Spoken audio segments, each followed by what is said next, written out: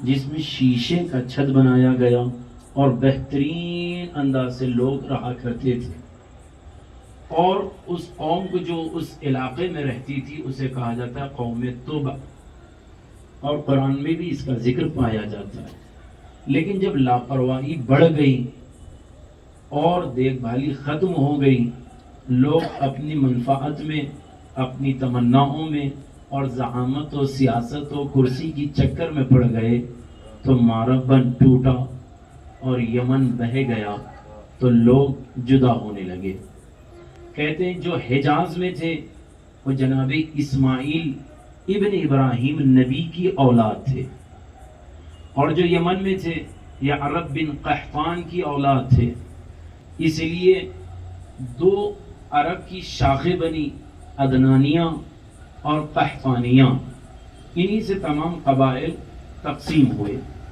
جب ماربن ٹوٹا تو کچھ قبیلے نکل کر جیسے لخم اور لخم کے عنوان سے عراق میں آباد ہوئے، عطف و عواطف کے عنوان سے کوفے میں آباد ہوئے، اسی طریقے سے قبیلے عاملہ اور حرام یہ شام میں آباد ہوئے۔ 6 ماہ لوگ یمن میں کاشتکاری کھیتی باڑی کرتے، اور جو فصل سے کماتے اس کو لاتے مکے کے پاس۔ مکہ ام القریٰ تھا، یمن سے ساز و سامان لاتے مکے کے پاس، اور وہاں پر فروخت ہوتا، اور وہاں ایک بازار لگتا جس کو بازار عکاظ کہا جاتا ہے۔ تاریخ میں 11 یا 17 مرتبہ یہ پیغمبر کے آمد سے پہلے اور پیغمبر کی کچھ حصے کو زندگی کے ملا کر 17 مرتبہ بازار عکاظ سجایا گیا۔ بازار عکاظ ہوتا کیا تھا کہ بازار عکاظ میں خطیب خطابت بیچتا، شاعر اپنی شاعری بیچتا، اور وہاں پر انسان کو رنگ روپ کے اعتبار سے دیکھا جاتا، جہاں پر صنف نسواں کی اہمیت نہ ہوتی، جہاں پر انسان ہر فن والا اپنا فن بیچتا، اس کو بازار عکاظ کہتے تھے۔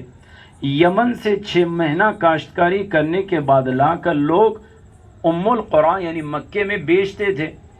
جب پیسہ مل جاتا تھا تو وہیں سے نکل جاتے تھے شام میں، کیونکہ گرمی کا زمانہ ہوگا، لہذا سمندر کے کنارے تپش ہوگی، رہنا مشکل ہوگا، تو شام چلے جاتے تھے، اور شام میں جا کر اپنی زندگی بسر کرتے تھے۔ پھر وہاں پر کچھ کام کیا کرتے تھے، پھر اسی تجارت کو، وہی تمام چیزوں کو لے کر پھر واپس آتے تھے، جس کے لیے سورہ قریش نے کہا رحلت الشتاء والصیف، سردی اور گرمی کی یہ بھاگ دوڑ جو عرب کرتے تھے، یمن سے نکلتے تھے مکے میں آتے تھے، اور مکے سے نکل کر شام جاتے تھے، شام سے نکل کر مکہ آتے تھے، پھر مکے سے نکل کر یمن جاتے، یعنی آمد و رفت میں مرکزیت کعبے کو تھی، اور وہیں پر بازار لگتا، وہیں پر سب کچھ ہوتا۔ لیکن ایسے عالم میں جو لوگ مکے کے اطراف رہتے تھے وہ فخر و مباحات میں مبتلا تھے کہ ہم ایسی جگہ ہے جہاں پر ہر کوئی آ کر اپنی تجارت کرتا ہے، ہم وہ ہے کہ جو فخریہ انداز سے زندگی بسر کرتے تھے، اور وہاں پر ان تمام میں سب سے زیادہ فخر کرنے والے کئی قبائل تھے۔ ان میں 2 قبیلے بڑے مشہور تھے، ایک بنی اسد اور دوسرا بنی قریش۔ بنی اسد اپنے اعتبار سے تو مشہور تھا، لیکن بنی قریش جو تھے اپنی ثقافت اور اپنے کلچر، حضارت اور اپنے کرم و سخاوت کی بنیاد پر مشہور تھے۔ اسی لیے جناب ہاشم کا نام اصلی ہاشم نہ تھا۔ ہاشم اس آدمی کو کہتے ہیں جو اپنے ہاتھ سے روٹی کو ٹکڑوں میں تبدیل کرے اور شوربے میں ڈبا کر دوسروں کو کھلائے، اسے ہاشم کہتے ہیں۔ کہ جہاں قحط زدہ زمین پر رہنے والے تشنہ-لب افراد میں پانی کی تلاش تھی، وہاں پر بنی ہاشم وہ تھے جو اپنے ہاتھ سے روٹی بھی پکاتے، شوربے میں ڈبا کر دوسروں کو کھلاتے۔ تو لہذا دوسروں کو کھلانے والے اور ہیں، دوسروں کا کھانے والے اور ہیں۔ تو بنی ہاشم، بنی قریش میں بنی ہاشم سر فہرست کہلائے، لیکن جب ان کے درمیان ابھی تک کا عالم یہ تھا کہ مرکزیت ان کے پاس تھی، لیکن کہیں نہ کہیں کوئی نہ کوئی زاویے سے بت پرستی پر فخر کرتا اور کہتا کہ یہاں پر بت پرستی آئی کیسے۔ اب دو نظریات پائے جاتے ہیں، بڑا غور سے جملہ سنیے گا، دو نظریات ہیں۔ ایک نظریہ عرب میں بت پرستی آئی کہاں سے، تو تاریخ نے لکھا ابو خزاعہ نامی ایک شخص جس کا اصلی نام تھا عمرو بن لحا یا لحا، کہتے ہیں یہ آدمی شام میں تجارت کے لیے گیا، سیریا میں، اور وہاں پر بت پرستی کا طریقہ دیکھا، سیکھ کر آیا اور عرب میں بت پرستی کو عام کیا، یہاں تک کہ پیغمبر نے اس پر لعنت کی۔ ایک قول یہ۔ دوسرا قول امام محمد باقر علیہ السلام کا،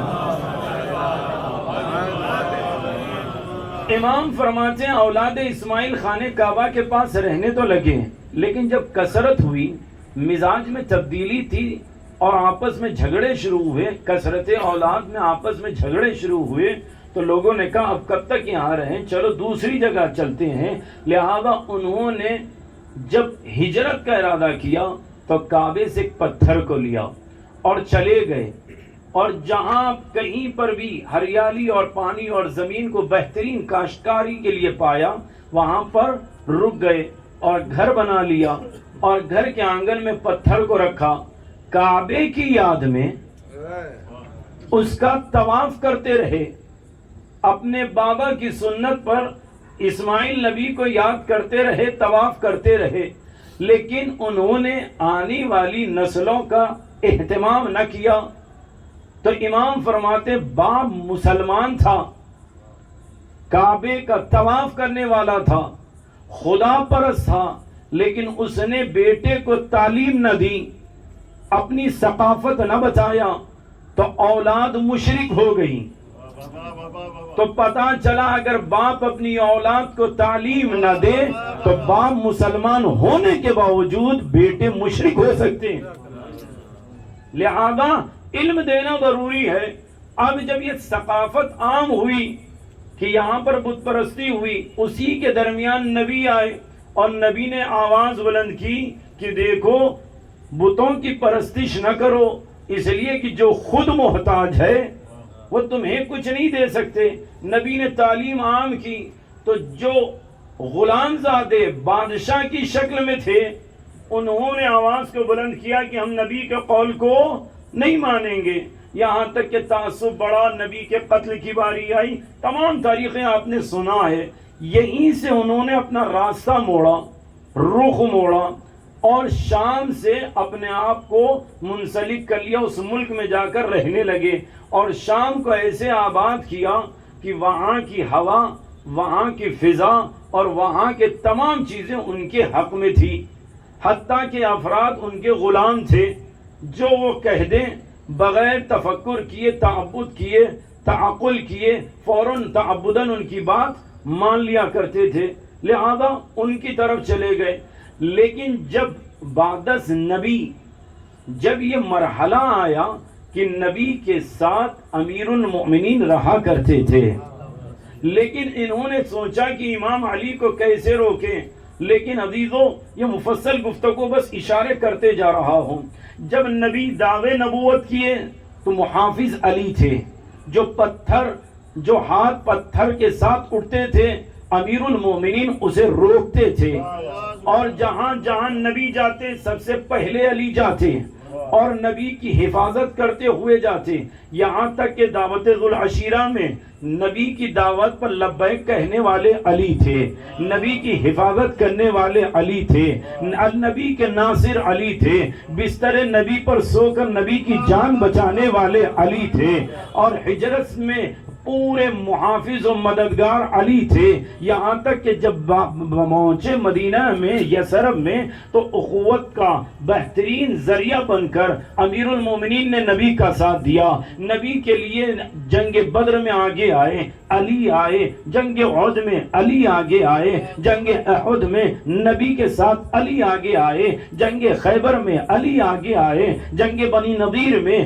علی آگے آئے، جنگ بنی قریظہ میں علی آگے آئے, بئر العلم میں علی آگے آئے, ہر جنگ میں حتیٰ کہ غزوہ بنی مستلق میں علی آگے آئے, ہر جگہ علی کو پایا, ہر جگہ علی کو پایا.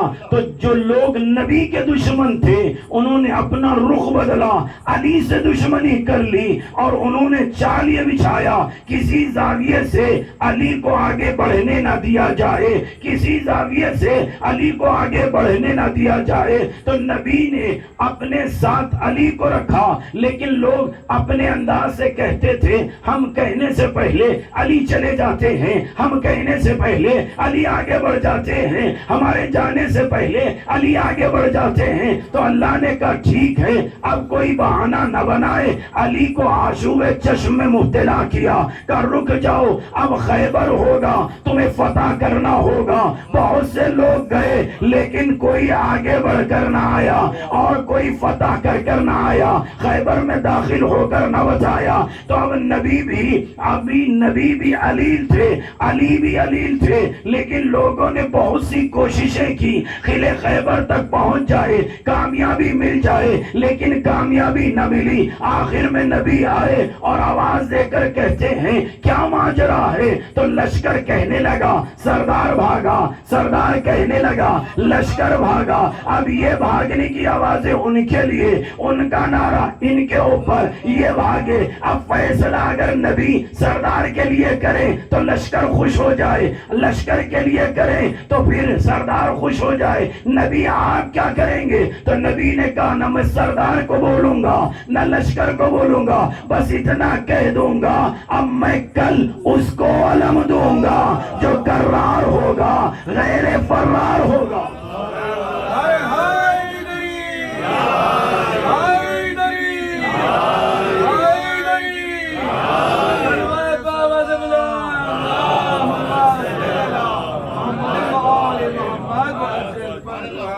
تب علم دیا. تو اب یہ تمام باتیں گشت کرتی رہی, یہودیوں میں بھی عیسائیوں میں بھی. کون آگے؟ کہ علی آگے, ہر جگہ علی. اب یہاں تک کہ لوگ نہ نبی کا رخ کرتے نہ کتاب کا, صرف علی کا رخ کرتے. حتیٰ کہ منافقین کے بارے میں اصحاب نبی نے پوچھا یا رسول اللہ ہمارے درمیان منافق آ چکے ہیں, لباس ہمارے جیسا ہے, ہمارے جیسے چلتے بھی ہیں, ہماری طرح غذا بھی کھاتے ہیں, ہمارے ساتھ اٹھتے بھی ہیں, ہمارے ساتھ بیٹھتے بھی ہیں, ہمارے ساتھ ہی رہتے ہیں, لیکن انہیں پہچانا کیسے جائے؟ تو نبی نے یہ نہیں کہا ان کے سامنے قرآن کی تلاوت کرو, نبی نے یہ نہیں کہا ان کے سامنے میرا قصیدہ پڑھو, یہ نہیں کہا اللہ کی وحدانیت بیان کرو, بلکہ نبی نے کہا ان کے سامنے علی کا ذکر کرو. اگر چہرے کھل جائیں تو سمجھنا مومن ہے, اگر بگڑ جائیں تو سمجھنا منافق ہے.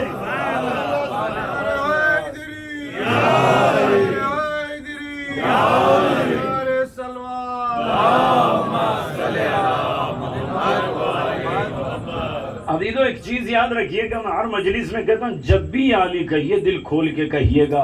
اس لیے نہیں کہ خطیب کو خوش کرنا, مقرر کو خوش کرنا, محفل کو سجانا, نہیں, اس لیے کہ یا علی کربلا کی جیت کا اعلان ہے.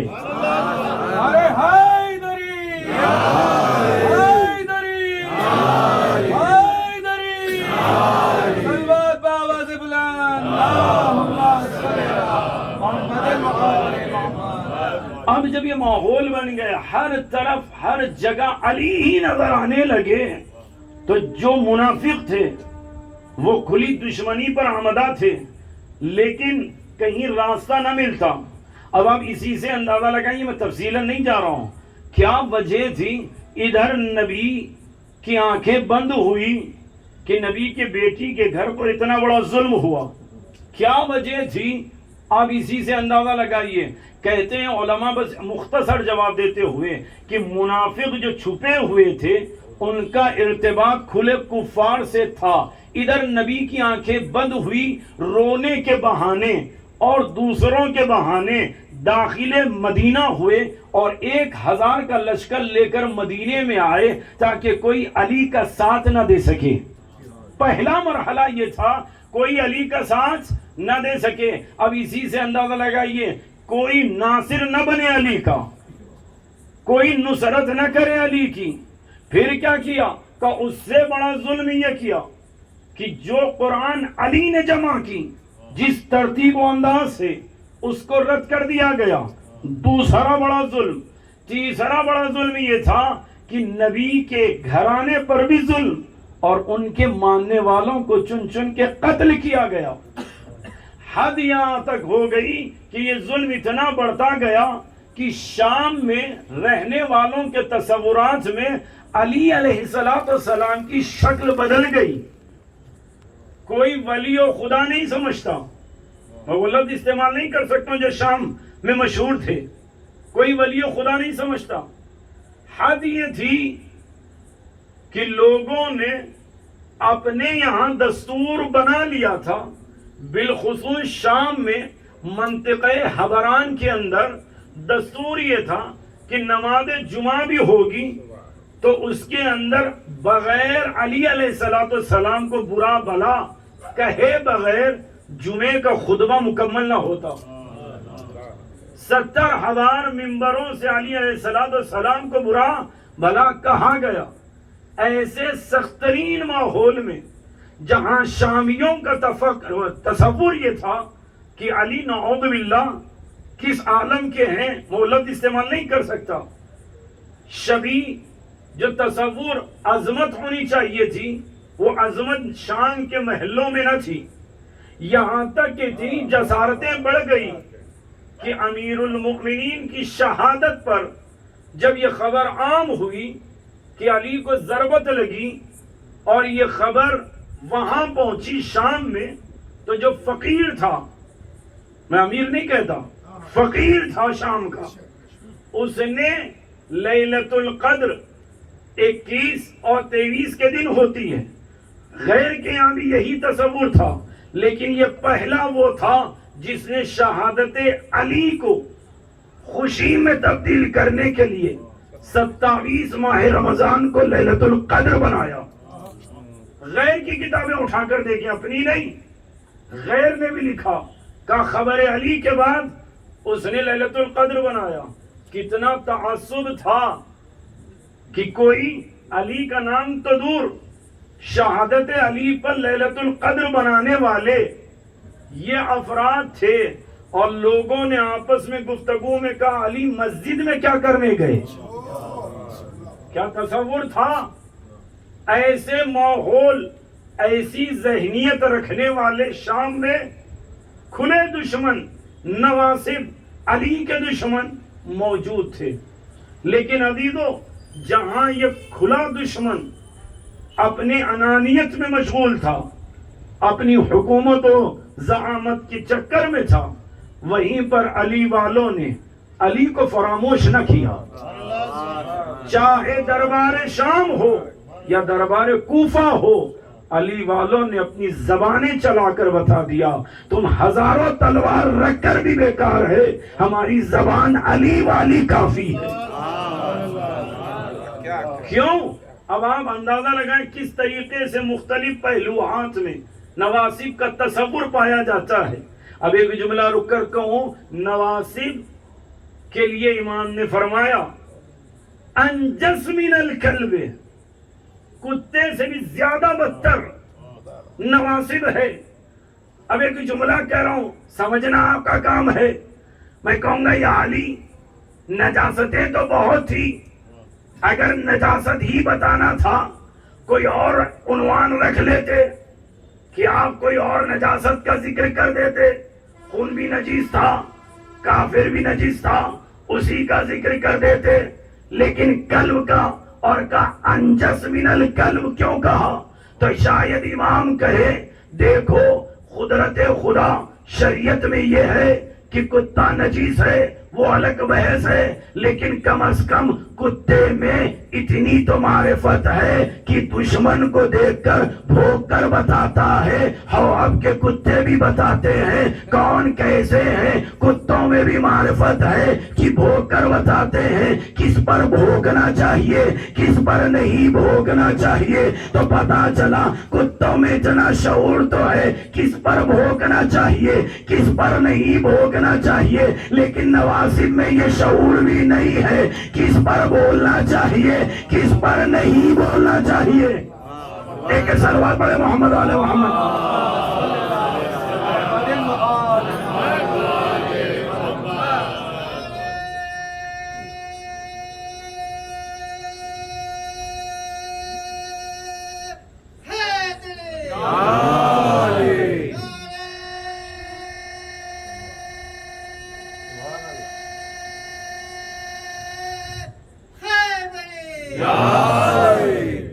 اب عزیزاں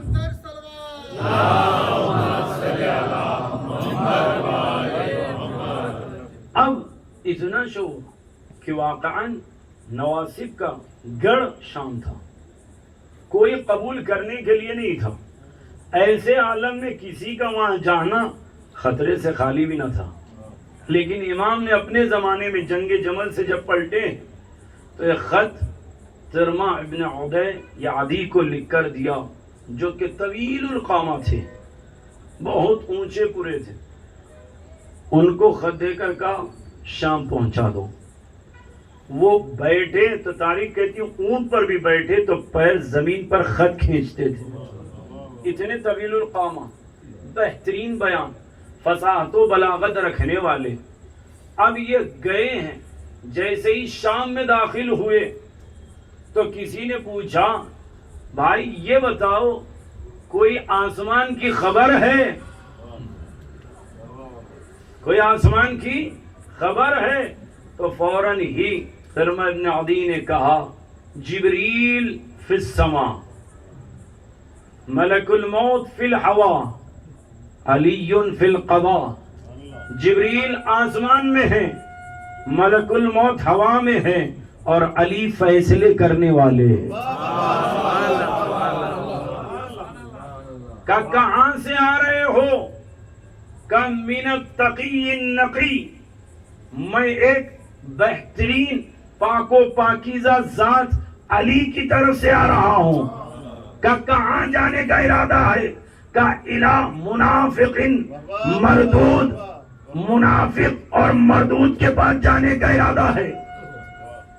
اب جیسے ہی یہ سنا سب کو معلوم تھا مردود کون ہے. ایک صلوات پڑھے محمد علیہ.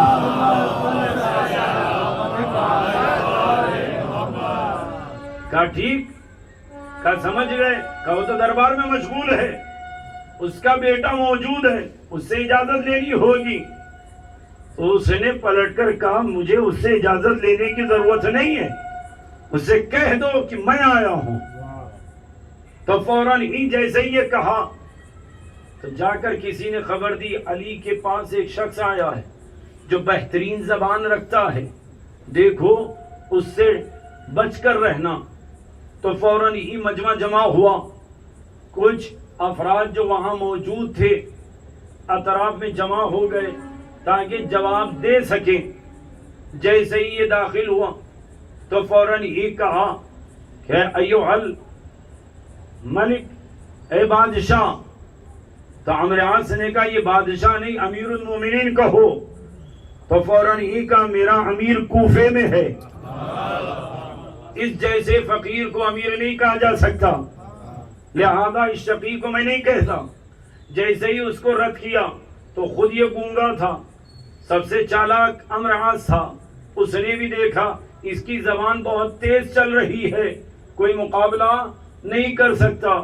فوراً ہی کہا بیٹھ جاؤ. بیٹھ گئے. کہا کیا ہے، کیوں آئے ہو؟ کہا یہ خط لے کر آیا ہوں. کہا مجھے دے دو. کہا میں تیرے ہاتھ کو دیکھ رہا ہوں اور اس خط کی عظمت کو سمجھ رہا ہوں، تو بیٹھ کر لے رہا چاہتا ہے. کہا میرے بیٹے کو دے دو. کہا یہ اولاد ابلیس کو کیوں دوں؟ کہا غلام کو دے دو. کہا اس کے لائق نہیں، کیونکہ اس کو تو نے ناجائز طریقے سے خریدا اور اپنے تصرف میں رکھا، میں اسے بھی نہیں دے سکتا. کہا پھر دے گا کسے؟ کہا احترام خط میں پہلے کھڑے ہو پھر دوں گا. کھڑا کیا پھر دے دیا. اب اس نے خط پڑھا. خط پڑھنے کے بعد جو مضمون تھا تفصیلاً مضمون ہے، لیکن عزیزو جہاں پر علم نہیں چلتا، لوگ اپنے علم کے مقابل میں نہیں آ سکتے، وہاں پر مکاری دولت کھلاتے ہیں. لالچ دلاتے ہیں، فوراً ہی مکاری کرنے لگا، کہنے لگا شاید تم علی کے اصحاب میں سب سے اچھے زبان رکھنے والے ہو۔ تو ابن عدی نے کہا سن، علی کے دروازے پر بہت سے ادبا، بلغا، فصحا، نطقا، ارے وہ لوگ بیٹھتے ہیں کہ علی کے در پر جو علماء ہے، فقہا ہے، زبان رکھنے والے، فہم رکھنے والے، غیرت مند، غیور افراد ہوتے ہیں، تیرے در کی طرح نہیں جو خود بے عزت ہے، ارے اپنے درمیان بیٹھا ہے اور فقیروں کو بھی جمع کیا ہے، نہ اس کی عزت ہے، نہ اوقات ہے، نہ وقت ہے، اس کے درمیان بیٹھا ہے۔ وہ جس کے در پر فقہا، نوجبا، علماء اور نطقا، بلغا، ادبا بیٹھتے ہیں، ان سے میری بات کیا کر رہا ہے؟ میں اس تمام باغیچے کا ایک پھول بھی نہیں ہوں۔ ان کے پاس مالک اشتر، سلمان محمدی، ابو ذر غفاری، بہترین افراد۔ فوراً ہی کہا اچھا، تو سائیڈ میں بیٹھا ہوا اس نے کہا اسے دولت دے دو شاید خاموش ہو جائے، تو 10,000 دیا گیا درہم۔ تو اس نے کہا یہ کیا ہے؟ کہا تمہارے لیے، کہا اضافہ کرو، 2 کا اضافہ 20,000 کا، اور اضافہ کرو، کا اور، کا تجھے مشکل کیا ہے؟ تیرے باپ کی میراث تو نہیں، یہ بیت المال ہے جو شیعان علی کا ہے، اضافہ کر۔ اضافہ کیا، کیوں؟ زبان کا مقابلہ نہیں کر سکتے تھے۔ آخر میں کہنے لگے اب اس کو یہاں سے رفع دفع کرو، اس کا مقابلہ بڑا مشکل ہے۔ خط کا جواب لکھنے کے لیے کہا، کاتب سے کہا خط کا جواب لکھ دو اور کہہ دو کہ ہمارا لشکر شامیوں کا آسمان میں تارے کی طرح ہے اور زمین میں رائیوں کے دانے کی طرح ہے۔ تو ترمہ ابن عدی آگے بڑھ کر کہتے ہیں نہ تجھے شرم ہے نہ لکھنے والے کو شرم ہے، میں یہ لے کر علی کے پاس جاؤں، پھر علی جواب دیں، پھر واپس لے آؤں، اس سے اچھا میں تجھے جواب دے دوں۔ کیا جواب کیا ہے؟ کہ سن، تیرا لشکر اگر آسمان میں تاروں کی طرح ہے تو اس کے پاس ایسا آفتاب ہے جب وہ طلوع کرے گا تو تیرے لشکر کے تارے چھپ جائیں گے۔ اگر تیرا لشکر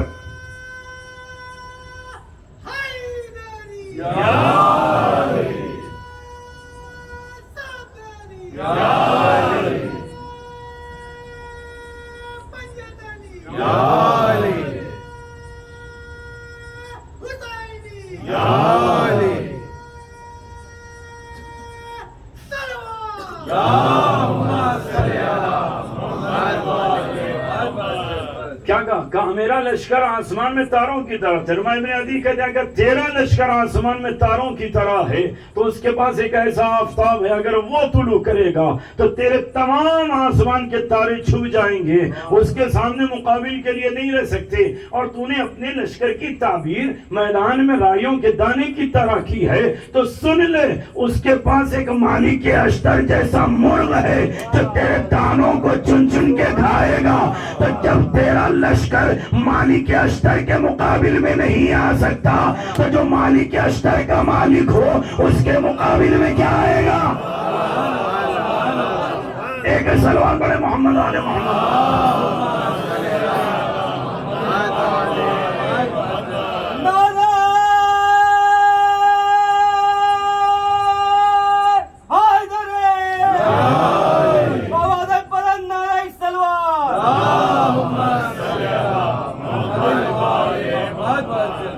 عزیزان گرامی یاد رکھیے، جیسے ہی یہ کہا معاویہ نے کیسے جانے دو، اسے واپس کر دو۔ جب چلے گئے تو کہتا اس کے جیسا اگر کوئی ایک بھی مل جاتا تو ہمت مل جاتی۔ تو پتا چلا جو چیز دولت سے، حکومت سے، سیاست سے نہیں خریدی جا سکتی وہ علم ہے اور خلوص ہے۔ ایک سلوات پڑھے محمد والا۔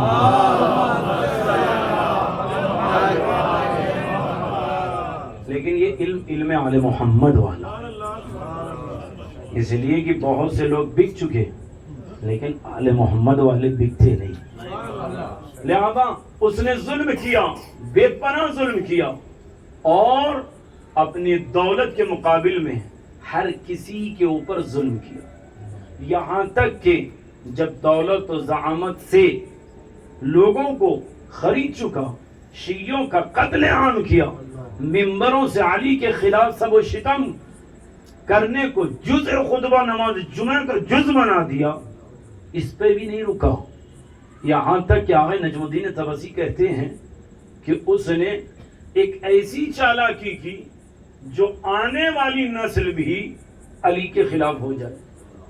کیا چالاکی کی؟ کہتے ہیں بدو عرب جو عرب کے تمام خطوں میں صحراؤں میں خیمہ لگا کر زندگی بسر کرتے، جب کثرت رہتی تو ان کی اولاد جب کھیلتی، اس زمانے میں کھلونے کیا ہوتے، کیا کھلونے تھے، کیا تھا ان کے پاس؟ کہتے کچھ نہیں، اگر بہترین جانور مل جائے تو انہی کے ساتھ کھیلتے۔ تو صبح کے وقت کچھ لوگ آتے اور بکری کے چھوٹے سے بچے جنہیں میمنا کہا جاتا ہے انہیں بچوں کو دیتے، بچے صبح سے ان کے ساتھ کھیلتے، جب شام ہوتی تو وہی افراد جو صبح دے کر گئے تھے تو صبح دیتے وقت کہتے یہ شام کے فقیر نے دیا ہے، اس نے تمہیں دیا ہے۔ تو بچے بڑے خوش ہو کر کہتے بڑا اچھا ہے، شام والا بڑا اچھا ہے، لیکن جیسے ہی مغرب کا وقت قریب آتا یہی افراد چہرے پر نقاب ڈالتے اور بچوں سے ان چیزوں کو چھین لیتے جو صبح دیے، اور جب چھین لیتے تو یہ بچے کہتے یہ کیوں چھین رہے ہو اور تم کون ہو؟ تو وہ کہتے ہمیں علی نے بھیجا اور کہا کہ یہ چھین کر لا لو۔ اب سمجھ میں آیا عزیزو؟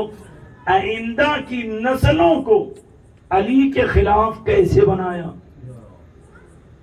آپ تصور کریے گا کس انداز سے شام والوں نے، چاہے خطبے ہو، چاہے مومنین ہو، چاہے شیعہ ہو، چاہے کہ بچے، ہر کسی کے ذہن میں علی علیہ السلام کی شبیہ کو بدلا، تصور کو بدلا، یہاں تک کہ تصورات کی دنیا اتنی قوی تھی کہ لوگ امیر المؤمنین علیہ السلام سے جنگ کرنے کے لیے شامی فوراً راضی ہو جاتے، بس اجازت ملے جنگ کرنے کے لیے عراق میں داخل ہو اور علی سے جنگ کرنا چاہیں تو فوراً وہ لوگ تیار ہو جاتے۔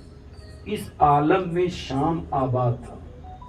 اب عزیزو جملے غور سے سنیے گا، اس تمام ماحول میں جو زمانے قدیم سے تعصب رکھتا ہوا تھا، دشمنی پر، اعناد پر آمدہ تھا، قتل و غارت پر آمدہ تھا، وہاں پر کوئی اپنے آپ کو شیعہ نہیں کہہ سکتا، اپنا تعارف نہیں کرا سکتا، اپنے بارے میں نہیں بتا سکتا، لوگ ہیبت زدہ تھے، یہاں تک کہ جو شیعہ تھے یا تو انہیں جلا دیا گیا یا انہیں قتل کر دیا گیا یا پھانسی پر لٹکا دیا گیا۔ ایسے ماحول میں جہاں پر دشمن تمام ایک جا ہو اسے دربار یزید کہتے ہیں۔ بڑے غور سے جملے سنیے گا، جہاں پر تمام بدر سے پہلے، دعوے نبوت سے پہلے جو عداوتیں جمع تھی، امامت علی کے زمانے کی عداوتیں دشمنی جمع تھی، دربار یزید میں جہاں عقل نہ رکھنے والے شرابی موجود تھے، جہاں پر بدتمیزی کا طوفان عروج پر تھا، جہاں پر ہر کوئی جمع تھا اور بے حیا افراد کا مجمع تھا، ایسے ماحول میں اگر کسی نے شجاعت دکھائی تو کوئی اور نہیں، اس امام نے شجاعت دکھائی جس کے ہاتھوں میں ہتھکڑی تھی، پیروں میں بیڑی تھی، زنجیروں کو سنبھال کر ایسا خطبہ دیا کہ امام نے نہ آیت پڑھی نہ روایتوں کا، بلکہ امام نے بس مناظر گنائے تو اشارہ دے کر کہا، نہ ڈائریکٹ یہ کہا کہ مجمع سنو میں کون ہوں. تو امام نے یہ نہیں کہا میں سید سجاد ہوں، میں حسین کا فرزند ہوں. نہیں عزیزو، بلکہ امام نے اپنے بارے میں بتانے سے پہلے آواز دے کر کہا سن لو، ہم وہ ہے اولاد رسول ہے، ہم میں سے صدیق ہے، ہم میں سے تیار ہے، ہم میں سے نبی محمد ہے، ہم میں سے مہدی ہے. اب عزیزو امام سجاد نے دو ہی معصوم کا ذکر کیا، منا محمد، ہم میں سے محمد ہے، من المہدی، اور مہدی ہم میں سے ہے. ایک اول کا ذکر کیا، ایک آخر کا ذکر کیا. میں کہوں گا یا امام سجاد، یہ مجمع وہ ہے جو آپ اتنے انداز سے سمجھا رہے ہیں. انہیں نبی بتائیے، انہیں علی بتائیے، انہیں حسن بتائیے، انہیں حسین بتائیے. تو امام جواب میں کہیں گے سن نادان، جب بچوں کو بھی پڑھایا جاتا ہے تو انہیں صراط مستقیم بتانے کے لیے ایک نقطہ شروع میں لگاتے ہیں، ایک نقطہ آخر میں لگاتے ہیں، اور کہتے ہیں اس نقطے کو اس نقطے تک خط کھینچ کر ملا دو، صراط مستقیم بن جائے گا. میں نے نبی کا آخری امام کا پتہ دے کر بتا دیا. اگر صراط مستقیم سمجھنا ہو، اول سے نبی کو سمجھو، آخر کے امام کو سمجھو، تو تمہیں دین محمد بھی سمجھ میں آئے گا، صراط مستقیم بھی سمجھ میں آئے گا. امام نے تمام اس مجمع کو مخاطب کر کے کہا جو نہیں جانتے وہ جان لو کہ میں کون ہوں. کیا امام نے استعمال کیا؟ انا ابن من ضرب بین یدی رسول اللہ بسیفین، میں اس کا بیٹا ہوں جو دو ہاتھوں سے، دو تلواروں سے جنگ کرتا رہا نبی کے سامنے. وَطَعَنَ بِرُمْحَيْن، اور دو نیزہ و بھالے سے جو حملہ کرتا رہا. حاجر الحجرتین، اور جس نے دو ہجرتیں کی. اور اس کا بیٹا ہوں من صلی بقبلتین، جو دو قبلہ اول بیت المقدس اور خانہ کعبہ کی طرف رخ کر کے نماز پڑھی. تو امام نے فضائل گنائے، کہا میں اس کا بیٹا ہوں جس نے تلوار چلائی، میں اس کا بیٹا ہوں جس کو معراج پر لے کر گیا ہے، میں اس کا بیٹا ہوں کہ جس نے واقعی طور سے دو ہجرتیں کی، وہ میں اس کا بیٹا ہوں. جو دو بیعتیں کی وہ میں اس کا بیٹا ہوں. میں مکے کا رہنے والا، میں مینا کا رہنے والا. یہ سب کچھ بتا کر آخر میں کہا یہ تمام تعریفیں کس کے لیے ہے؟ کہا وہ کوئی اور نہیں، وہ کا جدی میرے دادا علی بن ابی طالب ہے. تو اب لوگوں یہ نہ کہنا کہ اگر سامنے والے کو ہدایت دینا ہے تو اس کو کچھ اور سمجھاؤ، اسے کچھ اور بتاؤ. چھوڑا بڑا غور سے سنیے گا، کفار کی تبلیغ اور ہے، باطل کے درمیان رہ کر تبلیغ کرنے کا طریقہ دربار یزید میں امام سجاد نے بتایا. جب یزید اور یزید جیسے افراد ہو تو ان کے سامنے نہ کلمہ توحید تفصیل سے سمجھاؤ، نہ نبوت تفصیل سے سمجھاؤ، بلکہ علی کو تفصیل سے بتا دو. اگر واقعی پاک دینت ہے تو علی کی ولایت قبول کر لے گا، اور اگر بد دینت ہے تو علی سے دور ہو جائے گا. اب ہم سے نہ کہنا ارے مجالس میں پیغام بھی دیجئے، ارے اس سے بڑا پیغام کیا ہے؟ تم علی علی کرتے رہو، ارے لوگ مسلمان ہوتے رہیں گے.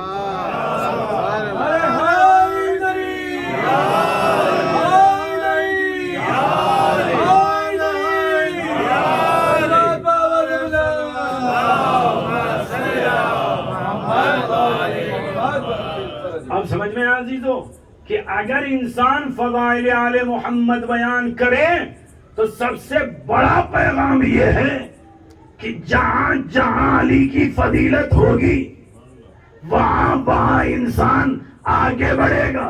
جب دیکھے گا علی نے نماز میں انگوٹھی کو صدقہ کر دیا تو چاہنے والا نماز پابندی سے پڑھے گا.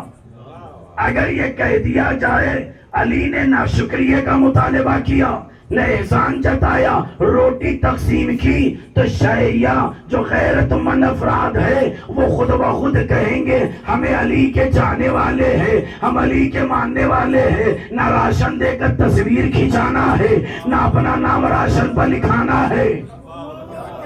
اگر آپ واقعی طور سے سیرت علی سمجھتے جائیے تو اندازہ سمجھ میں آئے گا، جہاں علی جیسے امام وقت نابینے کے پہلو میں بیٹھ کر کہیں ایک غریب کے پہلو میں بیٹھا ہے، اگر علی کچھ بھی کہتے نابینا مان لیتا، لیکن امام نے کہا یہ تو نابینا ہے، دیکھنے والا تو اور ہے، لہذا اپنی بات کو اس سے ملاؤ تاکہ اس کی نگاہ میں اچھے رہے، ان کے لیے عمل نہ کریں۔ اب جملہ سنیے گا، ہر چیز کو بیان کریں، اب جنگ نہ بیان کرو، اس لیے کہ جنگ سے کیا ہوتا ہے، جنگ خیبر کیا ہے، جنگ احد کیا ہے، جنگ خندق کیا ہے، تو جملہ کہہ دوں، جنگ سے بہتوں کا پتہ چلتا ہے کون آگے بڑھ کر جنگ کیے، کون بھاگ کر جنگ کیے۔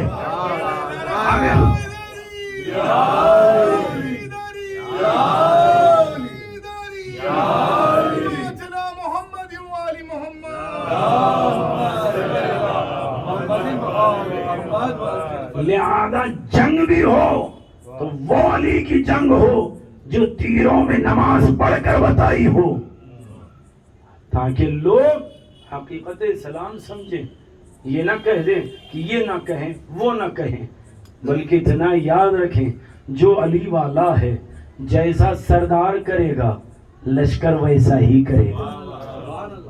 تو اہل بیت کی سیرت بیان کی امام سجاد نے دربار یزید میں، امام نے کھل کر جب بیان کر دیا تو لوگ آخر میں رونے لگے اور گریہ کرنے لگے، یزید بے چین ہو گیا۔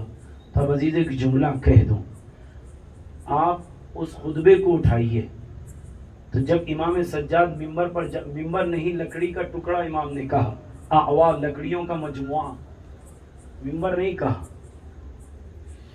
ممبر نہیں کہا، لکڑیوں کا مجموعہ کہا، کیوں کہ جس ممبر سے دفاع آل محمد اور فضائل آل محمد اور حق شریعت ادا نہ ہو وہ ممبر نہیں ہے بلکہ لکڑیوں کا مجموعہ۔ امام نے جب ممبر پر لکڑیوں کے ٹکڑے پر جانا گوارا کیا تو اس سے پہلے یزید کہتا یہ جا کر میری برائی کریں گے، آل ابی سفیان کی برائی کریں گے، لیکن خطبہ اٹھا کر دیکھیں امام نے ان کی برائی نہیں کی، امام نے فضائل علی بیان کیا۔ اسی سے ایک نتیجہ سمجھ میں آتا ہے، دشمن کو، علی کے دشمن کو معلوم ہے عیب کتنے ہیں، انہیں عیب سے پتہ نہیں ہے کہ نہ تکلیف ہے نہ ڈر ہے، بلکہ انہیں تکلیف کس سے ہے کہ ہمارے نقائص عیوب برائیوں سے انہیں تکلیف نہیں ہے، ان کے عیوب ان کے نقائص سے انہیں تکلیف نہیں ہوتی ہے، انہیں سب سے زیادہ تکلیف فضائل علی سے ہوتی ہے۔ ایک سلوات پڑھے محمد والے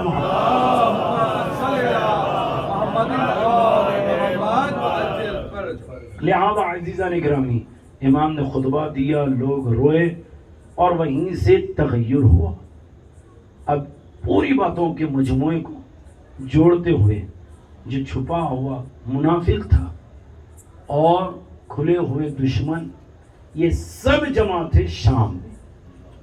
اب تاریخ اٹھا کر دیکھیے، شام میں جب یہ اعلان ہوا نعوذ باللہ خاتم بدہن باغیوں کا قافلہ آ رہا ہے، روایت کہتی ہے کچھ اصحاب نبی، سید عبدالرزاق مقرم رحمۃ اللہ علیہ نے اپنی کتاب میں اس روایت کو لکھا، کیا کہتے ہیں، کچھ لوگ شہر شام سے باہر آئے یہ دیکھنے کے لیے یہ آنے والا قافلہ کون ہے۔ عزیزو جملے اگر آپ سمجھ جائیں تو میری محنت کامیاب۔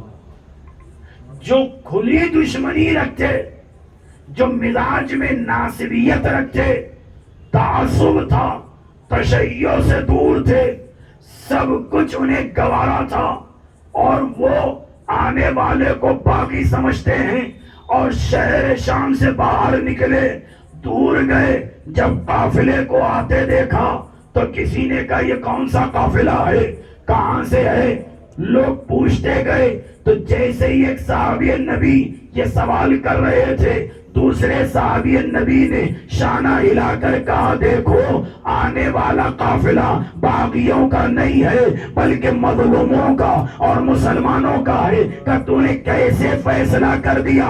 کہ سن غور سے دیکھ، گھوڑے کی گردن میں جس کا سر ہے اس کے پیشانی پر سجدگاہ کا نشان ہے، تو پتا چلا حسین کی جیت کا اعلان شام کے ملک میں کس نے کیا؟ کہ عباس کے سجدوں نے کیا۔ اللہ آپ اندازہ لگائیں، جیسے ہی سر کو دیکھا گریہ کرنے لگے، ہائے مظلوم، کس انداز سے۔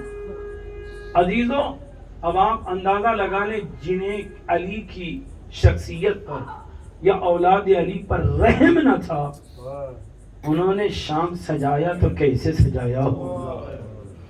شیخ عباس قمی کہتے ہیں 3 دن لگے پورے شام کو سجایا،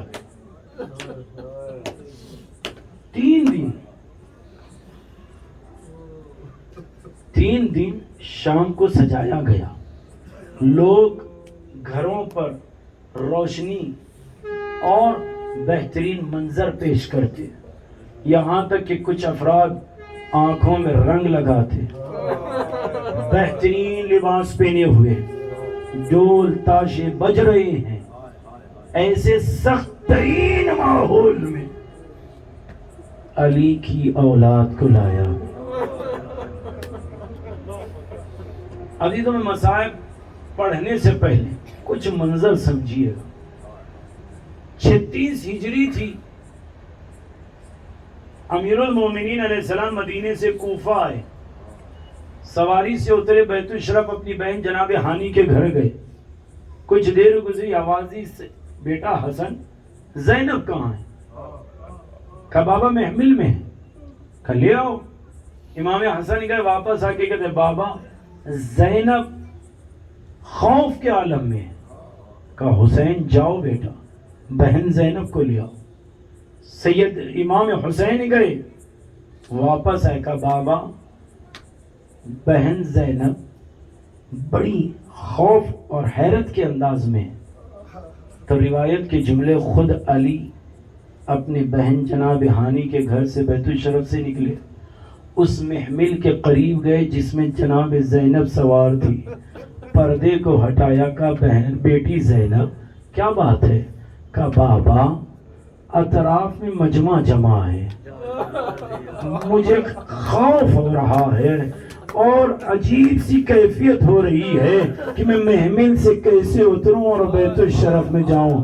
میں کہوں گا بی بی یہ 36 ہجری کوفے میں علی اور حسن کی موجودگی میں جو بی بی اتنی ڈری ہوئی تھی، اب وہ شام اس عالم میں کیسے جائے گی جہاں پر لوگ باجے بجا رہے ہیں، ارے خوشیاں منا رہے ہیں۔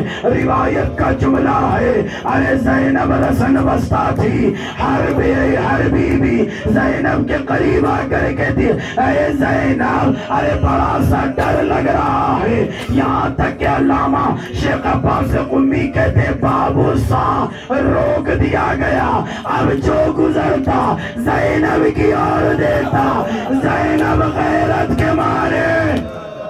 اللہ کیا عالم ہے، اندازہ لگا سکتی ہیں عزیزوں۔ آقا ابراہیم زنجانی رحمت اللہ علیہ بیان کرتے ہیں، وہ ایک روز شاگردوں کے ساتھ گئے، ان کے شاگرد عبداللہ مرزا عبداللہ بیان کرتے ہیں، کہتے ہیں میں اپنے استاد کے ساتھ، ہم لوگ مقام رسول حسین پر درس پڑھنے کے بعد استاد کے ساتھ مسجد جامع اموی جسے دربار یزید ہے وہاں گئے۔ جیسے ہی داخل ہوئے تو کسی طالب علم نے آقا ابراہیم زنجانی سے پوچھا آقا یہ بتائیے حسین ابن علی کا لٹا ہوا قافلہ کہاں داخل ہوا، کس دروازے سے اور کہاں رکا رہا؟ اتنا سننا تھا ابراہیم زنجانی بیٹھ گئے، اتنا روئے کہ غش آ گیا۔ شاگردوں نے جگایا، آقا خیر تو ہے؟ تو ابراہیم زنجانی اٹھے، شاگردوں کو لیا، دوسری جگہ گئے اور کہا یہ بتاؤ اس جگہ سے اس جگہ تک کتنے قدم کا فاصلہ ہے؟ شاگرد نے جلدی طے کر کے بتایا، آقا 120 قدم کا فاصلہ ہے۔ کتنے قدم کا؟ 120 قدم کا۔ ابراہیم زنجانی نے بتایا، یہ بتاؤ 120 قدم کتنی دیر میں طے کیا؟ کہا آقا لمحہ دو لمحہ، اس سے زیادہ کا فاصلہ نہیں ہے، جلدی میں طے کیا۔ یہی روایت ابن ابراہیم زنجانی کی علامہ ابن حسن نونہوی نے بھی لکھا، کہتے ہیں ابراہیم زنجانی کا تو جہاں سے یہاں تک آیا تجھے لمحہ بھی نہ گزرا، کچھ زیادہ مدت نہ ہوئی، وقت نہ گزرا، لیکن حسین کی بہنیں وہاں سے یہاں 3 دن میں آئی ہے۔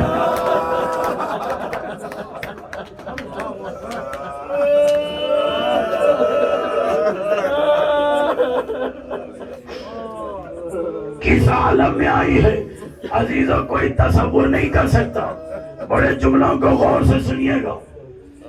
وہ مقام پر روکا گیا تمام حسین کی بہنوں کو، بیٹیوں کو، جہاں سید سجاد زنجیروں میں جگڑے ہوئے ہیں۔ نجف اشرف میں ایک عالم دین نے زیارت ناہیہ کا جملہ پڑھا، کیا کہ امام زمانہ کہہ رہے ہیں کہ اے ابا عبداللہ الحسین، اے آقا حسین، میں آپ پر صبح و شام روتا ہوں اور بدلت دمو دماء، اب میرے آنکھوں سے آنسو نہیں آتے، خون نکل آتا ہے۔ ارے پڑھنے کے بعد استاد کے پاس گئے، کہا آقا یہ بتائیے یہ کیسا جملہ ہے؟ کیا استعارہ ہے؟ کیا یہاں پر امام کوئی اور بات کہنا چاہتے ہیں؟ کہا نہیں نہیں، جب امام روتے ہیں تو آنکھ سے آنسو کی جگہ خون نکل آتا ہے۔ شاگرد نے کہا کون سی ایسی مصیبت ہے جو امام زمانہ روتے ہیں تو آنکھوں سے خون نکل آتا ہے؟ کہا ہم نہیں بتا سکتے، یہ تو امام بہتر بتائیں۔ کہا کیسے پتا چلے گا؟ کہا مسجد سہلا ہر شب 4 شنبہ جاؤ، 40 شب 4 شنبہ جاؤ گے تو روایت میں بھی ہے کہ امام ملاقات کریں گے۔ یہ گئے 40 شب 4 شنبہ عبادت کی، ابھی کچھ ہفتے باقی تھے، آنے والا مسجد سہلا میں آیا، آ کر کہتا ہے آؤ تمہیں ہم لے کر چلیں۔ کہا کہاں؟ کہا جو تمہارا ارادہ ہے بس آنکھوں کو بند کرو۔ آنکھیں بند ہوئی، اب لے کر چلے۔ کہا آنکھوں کو کھولو، آنکھیں کھولی گئی تو کیا دیکھا؟ ایک خیمہ ہے جس سے نور ساتے ہیں اور آسمان کی طرف نور جا رہا ہے۔ یہ لے کر گئے، کہا رکو میں جاؤں پہلے اجازت لے کر آؤں۔ یہ داخل ہوئے، اجازت لے کر آئے، کہا امام نے تمہیں اجازت دی۔ یہ عالم دین کہتے ہیں میں جیسے خیمے میں داخل ہوا میں نے کیا دیکھا؟ امام سبز رنگ کا لباس، چہرے پر نور ہے، بہترین انداز ہے۔ امام نے کہا کیوں یاد کیا؟ کہا آقا جب سے وہ جملہ پڑھا ہوں کہ آنکھ سے آنسو کی جگہ خون نکل آتا ہے، مجھے وہ بیان کر دیجئے۔ جیسے یہ کہنا تھا امام نے امامہ اتار دیا، رونا شروع کیا، اتنا روئے کہ امام وقت ہچکیوں پر آ گئے، اتنا روئے تو ایک مرتبہ عالم دین کہتے مولا اگر آپ نہ بیان کر سکے تو میں روایت بیان کروں گا، آپ اشارے سے تائید کر دینا کہ یہی روایت ہے۔ تو امام نے اشارے سے کہا بسم اللہ۔ عالم دین نے کہا کیا علی اکبر کا ایڑیاں رگڑنا؟ امام نے کہا نہیں نہیں۔ کہا قاسم یتیم کا پامال ہونا؟ امام نے کہا نہیں نہیں۔ کہا عباس کے بازو کا قلم ہونا؟ کہا نہیں نہیں۔ کہا علی اصغر کے گلے پر تیر لگنا؟ امام نے کہا نہیں۔ کہا حسین کے سر کے گلے پر شمر کا کند خنجر چلنا؟ امام نے کہا نہیں۔ اس کے بعد عالم نے کہا مولا زینب کے سر سے چادر کا چھن جانا. امام نے کہا نہیں. عالم نے ہاتھ جوڑ کے کہا مولا اب آپ ہی بیان کیجئے. امام نے ضبط گریہ کیا, آنسوؤں کو روکا, ایک جملہ کہا اے عالم دین میرے شیعوں کو بتانا اور کہنا میرا آنکھ سے آنسو کی جگہ خون اس وقت نکل آتا ہے جب کبھی میں وہ منظر یاد کرتا ہوں جہاں میری پھوپھی زینب 700 کرسی نشی شرابیوں کے درمیان کھڑی ہوئی تھی. کوئی کہہ رہا تھا اس میں علی کی بیٹی کو. اللہ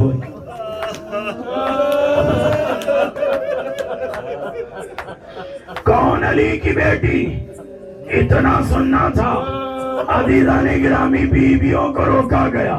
بس 2 روایت زحمت کو تمام کیا. جیسے ہی بیویوں کو روکا گیا تشت شہداء لائے سروں کو لایا گیا.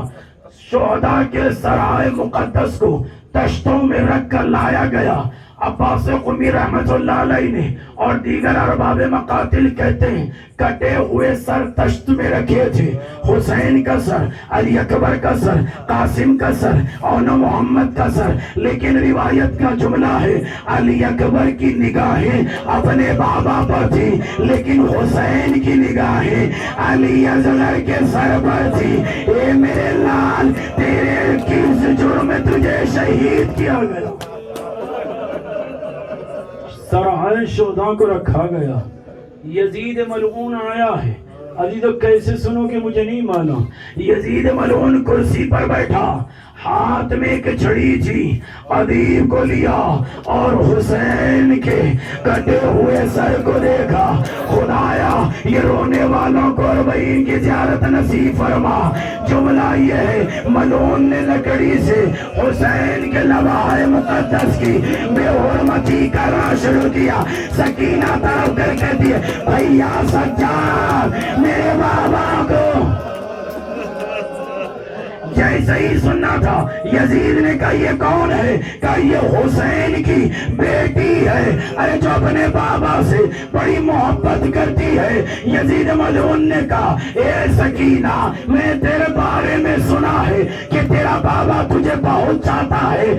اپنے بابا کو بلا لے تیری محبت تیری سمجھ میں آ جائے. بس اتنا کہنا تھا. ارے بیٹی نے جلا ہوا دامن اٹھایا. اے بابا تیری یتیم اڑا رہی ہے. ارے 10 سے سر بلند ہوا. سکینہ نے سر کو لے لیا. اللہ اکبر. علی بس آخری روایت جہاں تمام سرائے شہداء پر مصیبتیں گزری 2 سر ایسے تھے جن کے زخموں کو دیکھ کر کوئی پہچان جلدی میں نہیں سکتا تھا. کہا کس کے 2 سر ایسے تھے؟ کہا ایک عباس کا سر جس کو گھوڑے کی گردن میں باندھا گیا اور ایک علی اصغر کا سر جس کو تیر لگنے سے شکل بدل گئی. نیزے پہ رکھ کر رسی سے باندھا گیا. ماں نے بیٹے کا سر دیکھا. اے رباب نے کہا اے زینب میرا علی اصغر.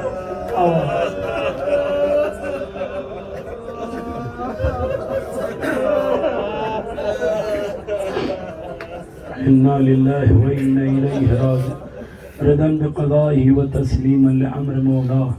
بر الہ پروردگار عبد فعل محمد اور آل محمد اس قلیل سے عزاداری کو قبول فرما. خدایا تو جواز اہل بیت علیہ السلام کا امام وقت کے ظہور میں تعجیل فرما. ان کے لشکر میں ہم سب کو شمار فرما. خدایا ہمارا خاتمہ ولایہ آل محمد پہ فرما.